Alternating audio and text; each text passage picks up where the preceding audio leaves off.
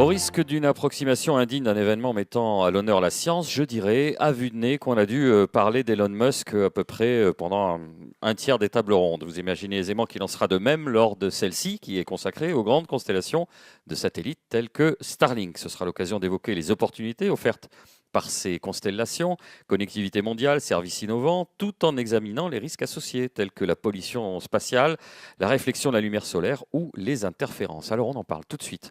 Voici Guy Perrin, astronome à l'Observatoire de Paris, membre de l'Académie des sciences, Sébastien Candel, professeur des universités, émérite à Centrale Supélec, Université Paris-Saclay, membre lui aussi de l'Académie des sciences. Et c'est Guéric Poncet, journaliste au Point, qui va animer les débats sous applaudissements, mesdames, messieurs. Merci Boris. Eh bien, mesdames, messieurs, bonjour et bonjour aussi à toutes les personnes qui nous regardent en direct sur Internet. Vous nous avez prévu un voyage avec quelques slides au sein des constellations de satellites. Je crois qu'on a beaucoup de chance d'avoir deux membres de l'Académie des sciences qui nous proposent de voyager avec eux dans le ciel. Je vous laisse commencer tout de suite en expliquant peut-être en premier lieu ce que c'est que le New Space. Alors, je vais commencer sur la première planche.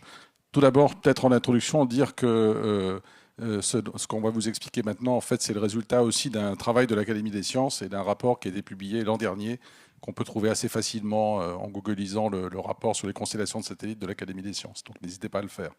Alors, le New Space, c'est le spatial actuel dans lequel on est rentré il y a à peu près une vingtaine d'années, après le début des années 2000. Jusqu'à cette époque-là, en gros, le spatial était financé essentiellement par les États. Et à partir des années 2000, de nouveaux acteurs sont apparus, des acteurs du monde de l'entreprise, des acteurs privés, qui ont investi dans ce domaine pour différentes applications. Et on est dans un monde hybride maintenant où vous avez à la fois des financements étatiques et des financements privés. Alors, les financements étatiques sont toujours nécessaires pour les plus grandes missions. On ne construit pas comme ça une Falcon 9 sans aucun financement étatique a priori. Mais il y a des plus petits lanceurs qui, eux, n'ont pas besoin d'avoir de financement étatique ou moins besoin d'avoir de financement étatique. Et aujourd'hui, le New Space, cette nouvelle ère du spatial, c'est à peu près 12 000 entreprises en monde. Vous voyez, donc c'est un réseau d'entreprises assez dense.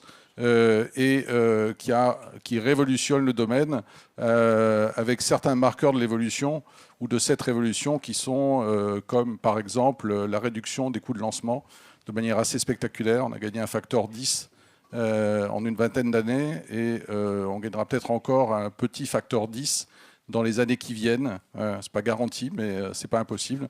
Donc ça a des conséquences importantes et c'est ce qui fait notamment qu'on peut envoyer maintenant des constellations dans l'espace pour accéder à du haut débit partout sur la planète, Internet et téléphonie mobile, bien sûr. Alors Sébastien Candel, qu'est-ce qu'il faut savoir? Quelles sont les clés de compréhension pour comprendre ce qui se passe là-haut? Oui, je pensais qu'il fallait commencer par une équation, celle qui nous permet de comprendre comment une orbite de satellite, qu'est-ce qu'une orbite de satellite? Alors c'est des orbites ici qu'on va considérer qui sont circulaires. Et ces orbites, elles sont déterminées par une loi très simple, c'est que la quantité d'accélération, qui est le membre de gauche de cette équation, est égale à la gravité, à l'endroit où se trouve le satellite. La masse M, c'est la masse du satellite. G, c'est la gravité au niveau de la Terre. Alors la pesanteur, la gravité diminue en fonction comme 1 sur le rayon au carré. Avec cette petite équation, vous avez la possibilité de calculer la vitesse d'un côté et vous pouvez calculer la période de rotation du satellite sur cette trajectoire. Donc c'est une équation que vous pouvez utiliser dans le métro pour faire des petits calculs. Et c'est ce que je fais d'habitude. J'utilise mon temps peut-être un peu mieux que beaucoup de gens. Tout au moins, je fais des calculs lorsque je suis dans le RER. Et donc, on peut obtenir la vitesse de rotation du satellite. C'est, par exemple, si on est à 0 km, alors malheureusement, on ne peut pas faire tourner les satellites à 0 km parce qu'il y a l'atmosphère, mais supposons qu'on puisse le faire, on serait à 28 000 km à l'heure. Et la période serait d'environ 1h30.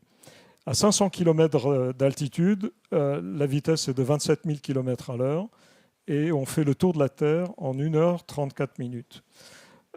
Si on est à 2000 km, la vitesse est un petit peu plus faible, 24 000 km à l'heure, et on fait le tour de la Terre en 2 heures. Et finalement, si on est à 35 786 km, on se trouve sur l'orbite géostationnaire, c'est-à-dire qu'un objet placé sur cette orbite va tourner exactement à la vitesse de rotation de la Terre, et donc il restera tout le temps sur le même point. Alors, vous avez ici les trajectoires telles qu'elles se présentent, ou les orbites telles qu'elles se présentent, et vous pouvez voir donc les orbites qui sont basses, donc les Low Earth Orbit. Ça, c'est les orbites qui sont actuellement très utilisées donc, par toutes les grandes constellations de satellites. Ce sont des orbites très proches de la Terre, donc 500 km par exemple, et donc la vitesse de rotation dont je vous ai parlé et la période donc, fait que la période se situe entre 1h30 et 2 heures. Ensuite, il y a des orbites moyennes autour de 1000-2000 km de la Terre. Et là, cette fois-ci, ce sont des orbites qui sont utilisées par exemple pour la géolocalisation. Et on se trouve à environ, on a des périodes de l'ordre de 2 heures à 24 heures. Et enfin, donc, il y a ces orbites géostationnaires, donc c'est une orbite géostationnaire qui est relativement éloignée de la Terre. Et là, donc les objets que l'on met sur cette orbite restent sur le même point, donc sont toujours au même endroit par rapport à un point de la Terre. Alors, ce qui différencie ces orbites, c'est aussi le temps que l'on met pour aller vers l'orbite et revenir avec des ondes électromagnétiques. Donc, dans un premier cas, lorsqu'on est en orbite basse, ça va très vite, on a une latence de 20 millisecondes. Lorsqu'on est par contre en géostationnaire, le temps d'aller-retour est autour de 500 millisecondes. Donc ça fait une grande différence entre ces deux types d'orbites. C'est pour ça, là, on comprend bien pourquoi en fait, on se bat pour certaines orbites, pourquoi la ressource n'est pas illimitée. En fait. On doit placer ces satellites selon le service qu'on veut fournir sur telle ou telle orbite très précisément. Et à la fois l'espace et la fréquence est une ressource limitée. Alors, juste un tout petit peu de clé encore. Là, donc, il y a plusieurs types d'orbites. Il y a une classification. L'une d'entre elles, c'est de faire passer toutes les orbites par les deux pôles. Donc là, on appelle ça des orbites stars. Le deuxième type d'orbite, c'est d'avoir des orbites inclinées par rapport au plan de l'équateur. Donc ça, c'est les orbites delta. Et puis, il y a des géométries mixtes où on combine à la fois des orbites qui passent par les pôles et des orbites qui sont inclinées par rapport à l'équateur. Oui. Et alors, comment on fonctionne pour obtenir donc l'accès à Internet, ce que vous utilisez peut-être déjà. Eh bien, l'utilisateur se met en contact avec un satellite qui se trouve au-dessus de lui. Ce satellite va passer très vite. Il passe quelques minutes dans le champ de vision. Il faut être en vision directe par rapport à ce satellite. Alors, il se met en contact avec ce satellite. Lui-même, ce satellite va pouvoir envoyer des informations vers un deuxième satellite. Et au bout d'une certaine chaîne, on va pouvoir renvoyer les informations vers une station d'ancrage terrestre qui peut se situer n'importe où dans le monde. Et évidemment, il faut entre-temps pouvoir passer les informations d'un satellite au suivant, etc., pour aller jusqu'à la deuxième station d'ancrage. Alors, dernier petit point encore pour vous permettre de comprendre un petit peu la situation, c'est vous avez une bande passante, c'est-à-dire la capacité de transfert d'informations, elle est très importante. Cette capacité, c'est elle qui va permettre à des utilisateurs de pouvoir avoir un certain débit. Et vous n'avez pas envie d'attendre que votre débit, si votre débit est trop faible, ça ne va pas vous intéresser, quoi. Donc pour avoir un débit suffisant, alors le débit suffisant, tout ça s'exprime en bits par seconde, mais en fait en mégabits par seconde, 1 million de bits par seconde, ou en gigabits par seconde, 1 milliard de bits par seconde qu'on transmet. Ces débits, évidemment, vont dépendre du nombre d'utilisateurs et aussi du nombre de satellites et donc de la bande passante de l'ensemble du réseau. Alors, si on compare ces constellations, on peut le faire dans le petit tableau en dessous. Vous avez l'ADSL au sol, hein, qui passe par des câbles de cuivre. Là, c'est des limites assez importantes sur les débits, hein. Malgré tout, ils sont quand même intéressants. Vous avez ensuite la fibre. Alors ça marche très bien. On a maintenant des débits considérables par la fibre. C'est très pratique. On est en accès avec Internet. La latence est très faible, 10 millisecondes. On a des capacités bien plus importantes que la DSL avec la fibre. Et puis, elle est indépendante du fait que, vous savez qu'on est en train de voler. Enfin, on vole des câbles de cuivre. Eh bien là, c'est indépendant puisque la fibre n'est pas en cuivre.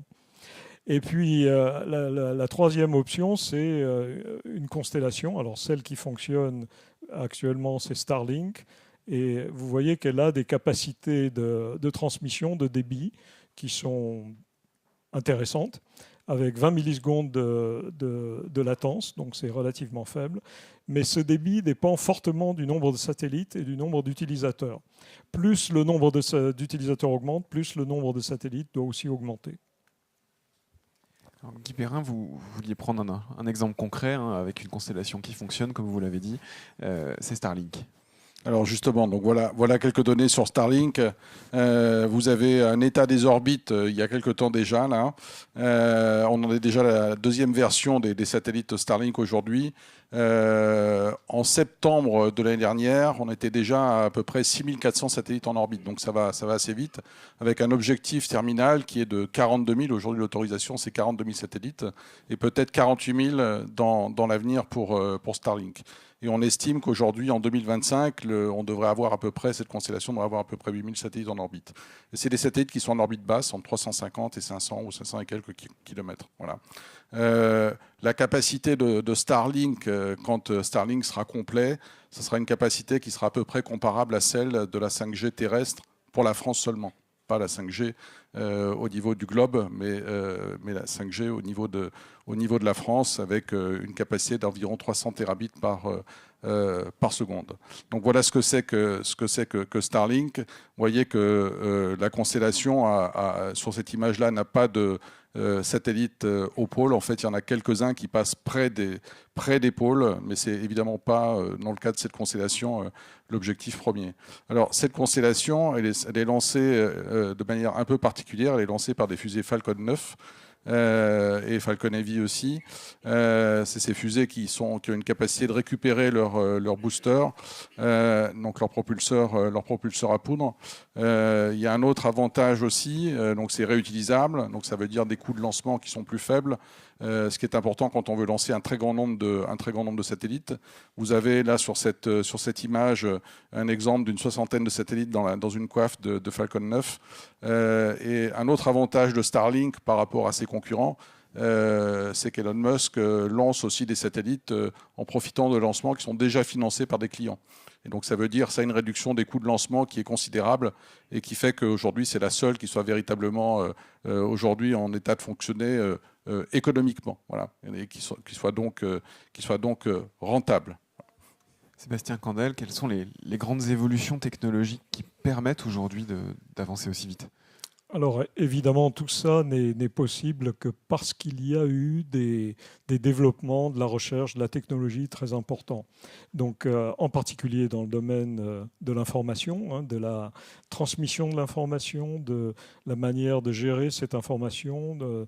Évidemment, c'est une information numérique qu'on transporte, mais on la transporte, par exemple, pour aller vers les satellites, par des voies électromagnétiques, par des ondes électromagnétiques.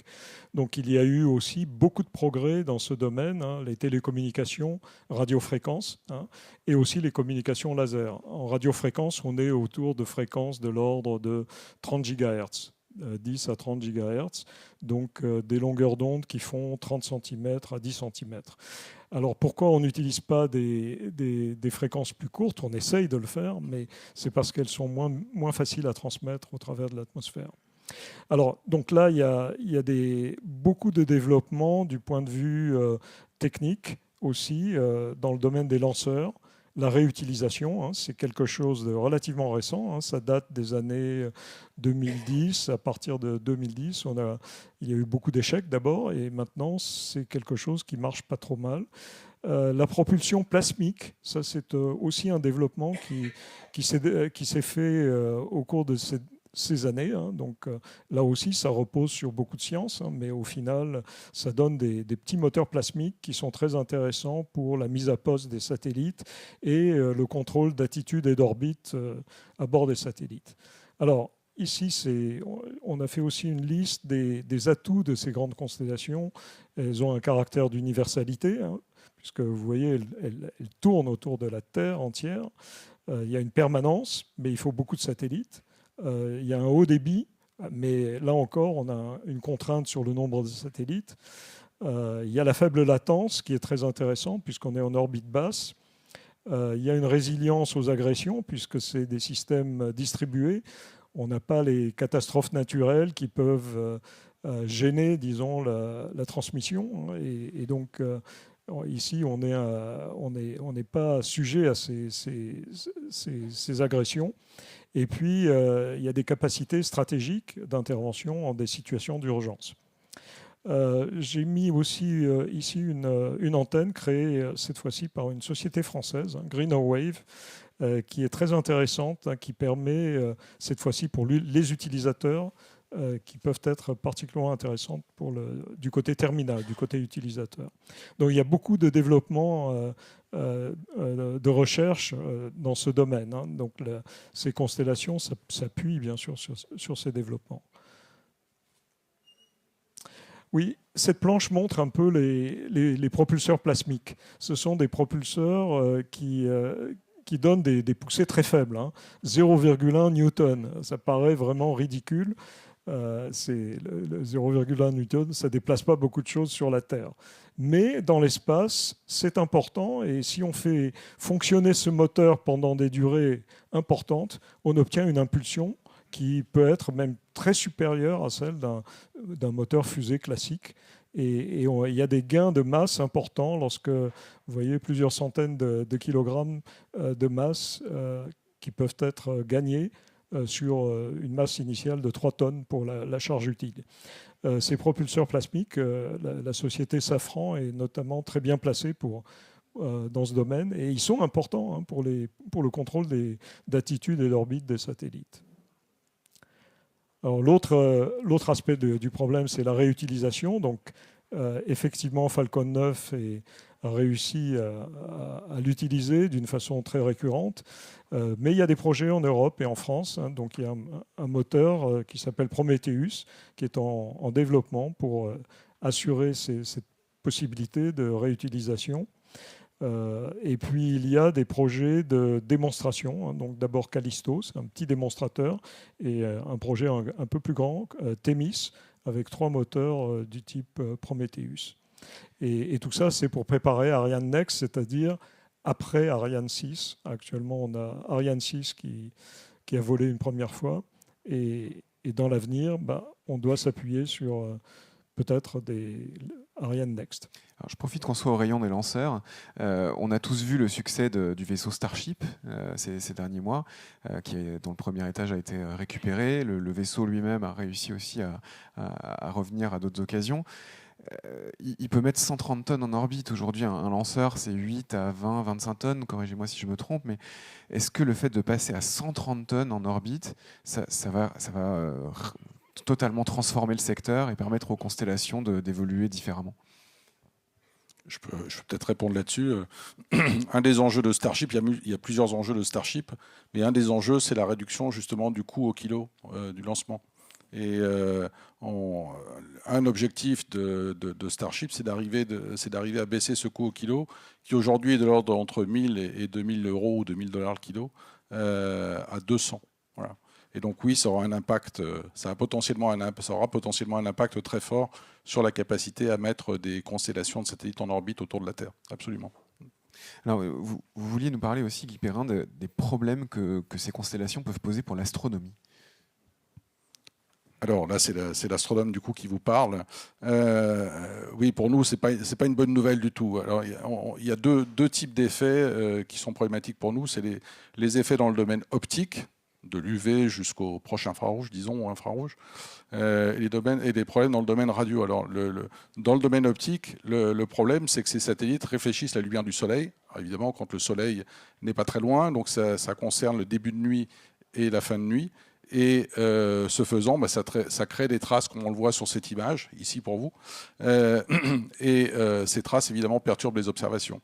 Alors c'est vrai notamment pour les grands observatoires qu'on est en train de construire, qui sont des observatoires à grand champ et qui font des relevés du ciel à une cadence qui est assez importante, 3 jours pour le Vera Rubin Observatory à peu près.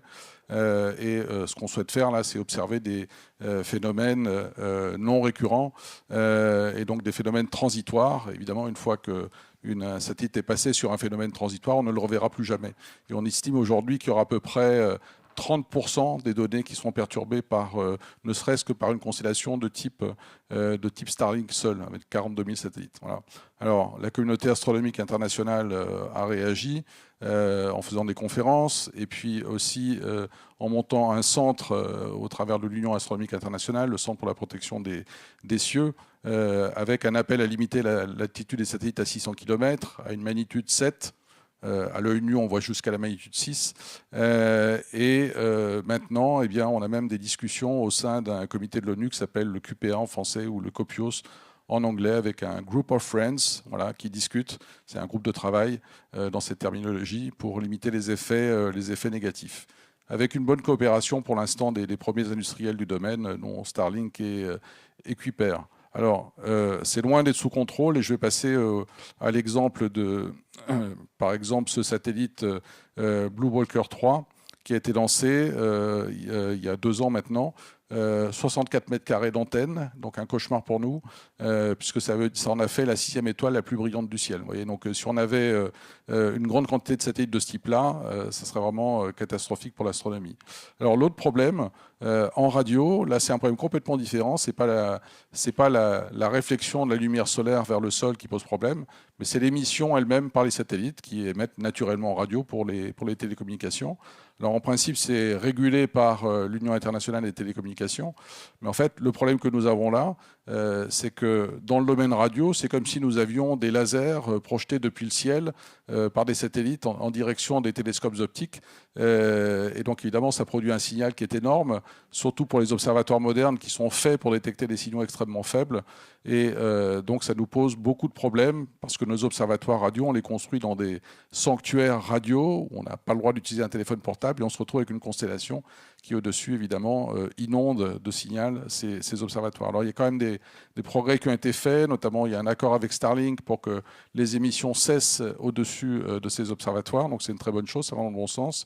Malheureusement, on a découvert il n'y a pas très longtemps que sans même parler d'émissions de type télécommunication, ces satellites ont des électroniques qui génèrent elles-mêmes des ondes radio et qui viennent polluer les observations. Et donc il va falloir aussi trouver un moyen pour réduire l'impact de ces ondes radio, disons, en dehors du problème des télécommunications. Donc c'est tout un schéma qui est en train d'être mis en place avec des collaborations avec le monde industriel pour arriver à réduire ces problèmes-là. Et comme pour le domaine optique, le dialogue international et le dialogue avec le monde des télécommunications est vraiment important pour arriver pour pouvoir espérer aboutir à une solution. Alors, je te laisse parler de la haute atmosphère. Je vous en prie.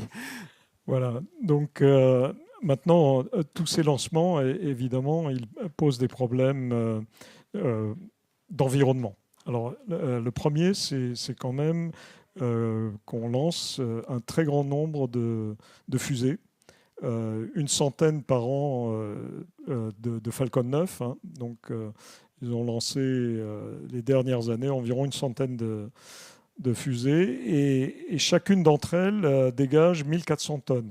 Alors, c'est des grands chiffres d'un côté, c'est quand même 1400 tonnes de molécules, mais c'est des chiffres assez faibles. Le total, ça fait 140 kilotonnes par an, hein, donc de vapeur d'eau essentiellement, de dioxyde de carbone, mais aussi ce qu'on appelle du black carbon, BC, c'est de la suie En fait, c'est des particules de suie. Et ça peut avoir un impact important.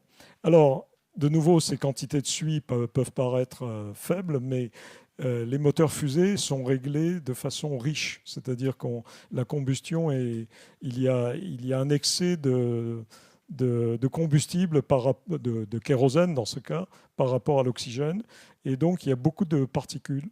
Et par rapport aux moteurs d'avion, ces moteurs génèrent beaucoup plus de particules de carbone.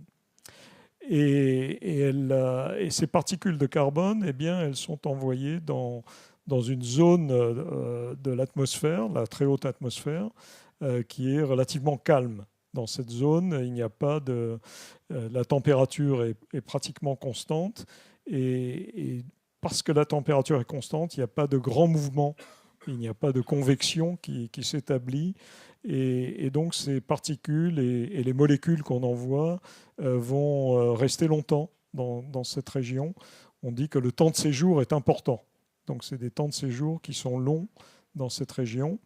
Il y a aussi des particules d'alumine, hein, ça c'est les moteurs à poudre, les propergols solides, qui dégagent des particules d'alumine et qui peuvent à la fois avoir un effet refroidissant et un effet réchauffant, et puis qui ont un impact aussi sur la transmission atmosphérique et la lumière diffusée. Donc dans la haute atmosphère, il y a tout ça, et l'accumulation de ces particules, notamment, peut avoir un effet sur la décomposition de l'ozone et modifier le bilan radiatif et la distribution de température. Donc le nombre de lancements et les quantités qui sont envoyées deviennent plus importantes à cause de ces temps de séjour. Guy Perrin, vous vouliez nous parler ensuite de l'engouement finalement pour ces constellations, des enjeux de souveraineté qui peuvent en découler après. Alors, ces constellations, en fait, c'est un enjeu de souveraineté parce que on apporte Internet depuis l'espace et on arrive à faire ça de manière pratiquement sans avoir de connexion avec le sol, autrement que par faisceau radio, ce qui veut dire que c'est des systèmes qui sont très résilients. Voilà. On peut, surtout quand on a des constellations de dizaines de milliers de satellites, on peut imaginer qu'on peut détruire ces satellites, mais pas une dizaine de milliers de satellites. Le seul ennemi réel de ces constellations, c'est un bug informatique, donc c'est une attaque informatique. Évidemment, elles sont extrêmement protégées, mais du coup, ça les rend extrêmement résilientes, et du coup, ça leur donne un intérêt, mais qui est gigantesque pour les États, puisque ça veut dire qu'en cas d'agression extérieure, eh bien, vous arrivez comme ça à protéger votre réseau de télécommunications, et donc vous gardez vos capacités de télécommunication pour pouvoir réagir. Voilà. Alors, parmi les menaces, on évoquait tout à l'heure avant la table ronde, mais le syndrome de Kessler.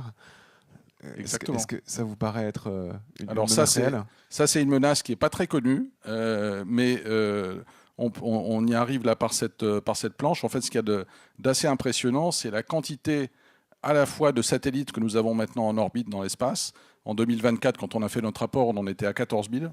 Et sachant que sur ces 14 000, les 6 000 derniers avaient été lancés dans les 3 dernières années. Vous voyez, donc ça va très très vite. Et chaque fois qu'on lance des satellites, on crée des débris de fusée. Mais on crée aussi des débris par des collisions potentiellement. Il y a déjà eu des collisions dans l'histoire. Vous en avez une ici sur cette planche, la collision Iridium-Cosmos ici, qui a généré un nombre de débris assez important. Et donc quand on regarde la quantité de débris aujourd'hui qui est présente notamment en orbite basse, les orbites Léo, vous voyez, on est à peu près à une trentaine de milliers de débris de taille supérieure à 10 cm. Quand on passe à des débris entre 1 cm et 10 cm, on est de l'ordre du million. Les deux colonnes, là, c'est les chiffres américains et les chiffres européens. Les ordres de grandeur sont les mêmes, c'est ça qui est important. Et si on passe à des débris de quelques millimètres, là, on monte à 100 millions, vous voyez, à peu près. Donc c'est des nombres absolument gigantesques. Et en 1978, Kessler et puis un de ses collègues, donc qui était consultant à la NASA, ont réalisé ça bien avant ces chiffres-là. Et on prédit qu'à partir de l'an 2000, ou aux environs de l'an 2000, voire même avant l'an 2000, on pourrait avoir un problème sur les orbites basses, puisque imaginons que vous ayez une collision comme celle de 2009 là, entre Iridium et Cosmos, qui génère une grande quantité de débris. Ces débris eux-mêmes peuvent rentrer en collision avec d'autres satellites, produire des débris, etc., etc. Et donc on arrive à une réaction en chaîne qui, quelque part, pourrait détruire l'ensemble des orbites basses. Et donc, avec des conséquences assez multiples. La première de ces conséquences, c'est qu'on perd l'accès à l'espace, parce qu'on ne peut plus rien lancer, et surtout pas des humains, évidemment. La deuxième des conséquences, par exemple, pour nous, astronomes, c'est qu'on ne peut plus observer. Tout ça sur des périodes de quelques dizaines d'années probablement. Voilà. Alors aujourd'hui, les dernières données semblent indiquer que ça aurait commencé ou ça pourrait avoir commencé avec un pic peut-être en 2050, mais c'est assez imprécis pour l'instant. Donc ça, c'est ce qu'on appelle le syndrome de Kessler. Alors pour ceux qui connaissent le film Gravity, c'est les 15 premières minutes du film Gravity, c'est le syndrome de Kessler, c'est-à-dire que tout s'enchaîne et c'est un mouvement qu'on ne peut pas arrêter. Exactement. Et aujourd'hui, en fait, on n'a pas de régulation, on n'a pas de modèle de ce déclenchement de syndrome de Kessler, et on n'a pas de régulation qui permettrait en fait d'éviter ce syndrome. Donc on ne sait pas quand ça va se produire. On pense que ça va se produire, mais on ne sait pas. Voilà. Alors on a déjà parlé de l'engouement pour les constellations. Je propose de passer à la suite. Donc ces enjeux de stratégique et de souveraineté, en fait, ça explique aussi, il y a des enjeux économiques, bien sûr. Ça explique le fait qu'il y a cette course aujourd'hui au positionnement de constellations dans un cadre réglementaire qui n'est pas complètement défini, qui n'est pas satisfaisant du point de vue des travaux qu'on a fait à l'Académie et pas que ceux de l'Académie. Et c'est pour ça qu'il faut aller vers une régulation, mais qui doit être une régulation internationale. Donc ça demande du temps à mettre en place et c'est assez compliqué. Et donc vous avez ces intérêts économiques qui poussent d'un côté pour ces constellations, puis aussi les intérêts stratégiques parce que si vous avez des pays qui sont équipés de ces constellations, vous ne pouvez pas vous permettre de ne pas être équipé et de ne pas y avoir accès. Voilà. Donc c'est ça l'un des problèmes importants. Alors, avant de donner la parole à la salle, vous vouliez finir par 5 points clés, 5 messages à emporter à la maison, vous m'aviez dit. Évidemment, vous avez vu la complexité du sujet. Hein. Il y a tout un tas d'aspects et il faut évidemment essayer d'en tirer des idées pour la suite. Que fait-on ? Et voilà quelques messages à emporter. Peut-être il y en a d'autres. Hein. D'ailleurs, le dialogue avec vous va peut-être nous permettre d'avoir d'autres idées. En tous les cas, ce qu'on pense à l'issue du travail qu'on a réalisé à l'Académie, c'est que d'un côté, il faut évidemment soutenir la recherche, l'innovation française, européenne dans ce domaine, dans une variété de domaines d'ailleurs. Ça veut dire l'informatique, les télécommunications, la virtualisation, les liaisons radiofréquences, les liaisons optiques, etc. Il y a aussi s'engager dans le développement d'une constellation pour l'Europe, pour permettre des liaisons sécurisées, couvrir des besoins géostratégiques, assurer la souveraineté européenne. Je ne suis pas sûr qu'on puisse dépendre uniquement des constellations américaines ou chinoises. La troisième idée, c'est qu'il faut soutenir dans la durée les efforts que l'Europe a toujours fait dans le domaine de la propulsion spatiale. Et celui qui est en cours, c'est de développer donc des capacités de réutilisation des lanceurs. Un autre aspect qui nous tient à cœur, hein, c'est qu'il faut que l'astronomie puisse être réalisée comme toujours. Hein. Donc c'est une des plus vieilles sciences. Elle est très importante.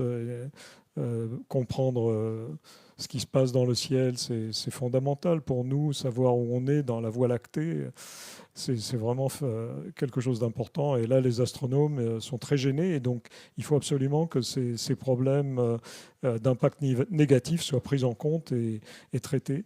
Et le dernier point, c'est ce problème de densification de l'espace qu'il faut aussi considérer parce que si on lance trop de satellites, si on a trop de débris, si ça s'embouteille dans l'espace. Alors, ce n'est pas le cas encore. Hein.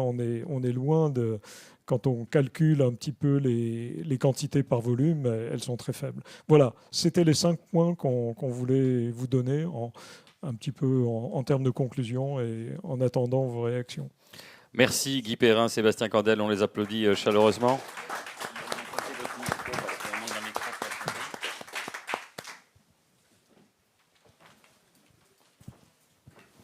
C'est à vous de jouer, monsieur. On vous passe. Alors, il y avait un monsieur derrière, oui. Et là, ensuite, vous, et puis monsieur derrière. Voilà, on aura le temps. Levez-vous, vous déclinez votre prénom.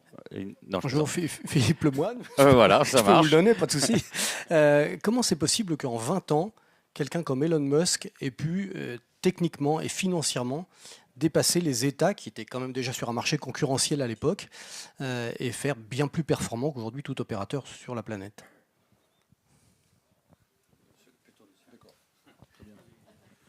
Mais en fait, Elon Musk, il n'a pas fait ça tout seul. Alors, Elon Musk est très doué, hein, il n'y a pas de problème.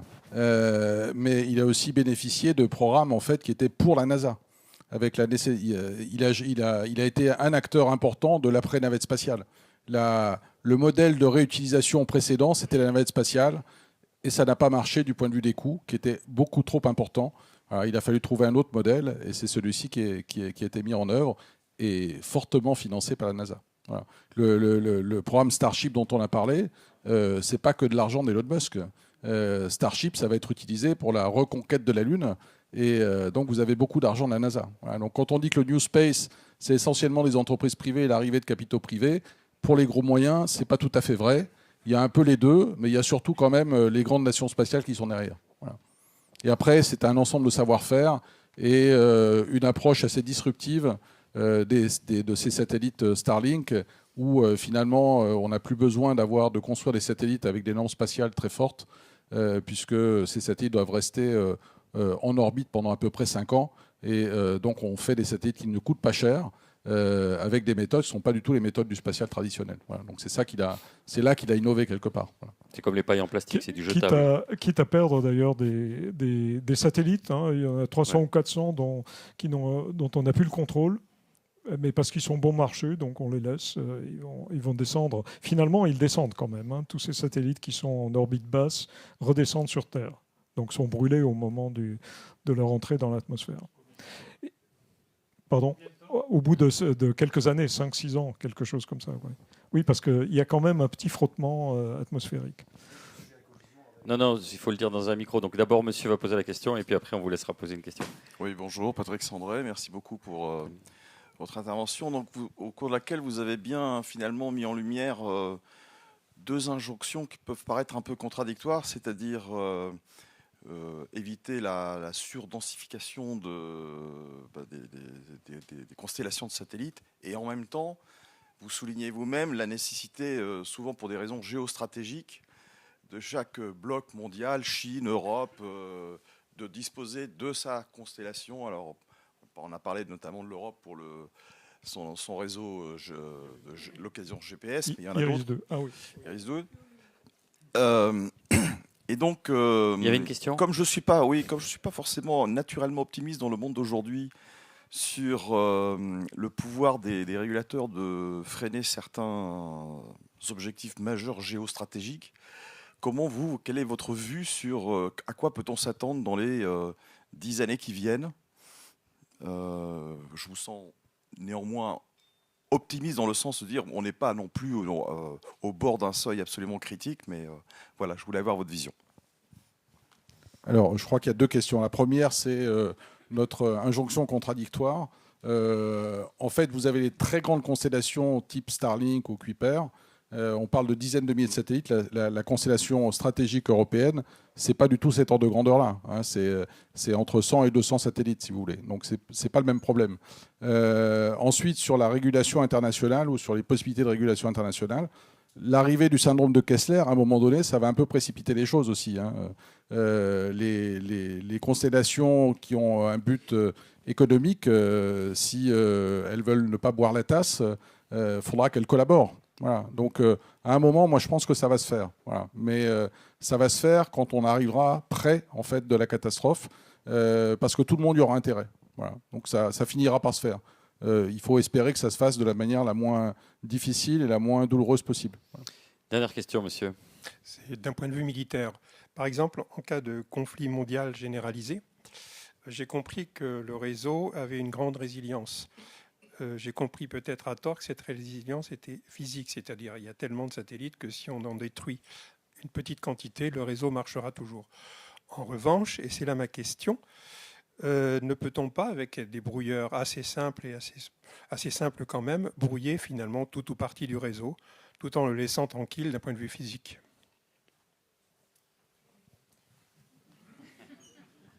Est-ce qu'il y a des Russes dans la salle? Non, c'est une très bonne question, je pense. Là, je ne saurais pas répondre. Donc, les spécialistes parmi nous des problèmes de transmission, c'est François Baccelli, qui malheureusement n'est pas là, mais qui aurait peut-être pu répondre à votre question. Mais c'est une question qu'on va essayer de... Non, on va vous redonner un micro, parce qu'il y a des gens qui regardent en streaming, sinon on Je vous ne entend voudrais pas. pas prolonger et abuser du temps. Est-ce que les militaires, finalement, utilisent Starlink ou est-ce que ce sont uniquement des usages civils pour le moment? Alors, Starlink a été proposé à l'Ukraine, par exemple, en début de conflit. Ils voulaient l'utiliser pour des applications militaires. Hein, et là, Elon Musk a décidé d'arrêter. Hein, donc, il a bloqué. Il a bloqué l'utilisation pour des applications militaires. Mais évidemment, il y a une application militaire stratégique. Hein. C'est des applications qui sont... Et il y a même un couplage possible entre l'observation de la Terre et la communication. Hein. C'est encore aussi une possibilité de ces constellations. Après, là, c'est les points que vous souleviez sur la souveraineté, puisqu'on dépend d'une tierce Oui. personne. Oui. Merci encore à tous les deux. On vous applaudit avec chaleur. On se retrouve dans quelques instants. Il sera question de vaccins. À tout de suite.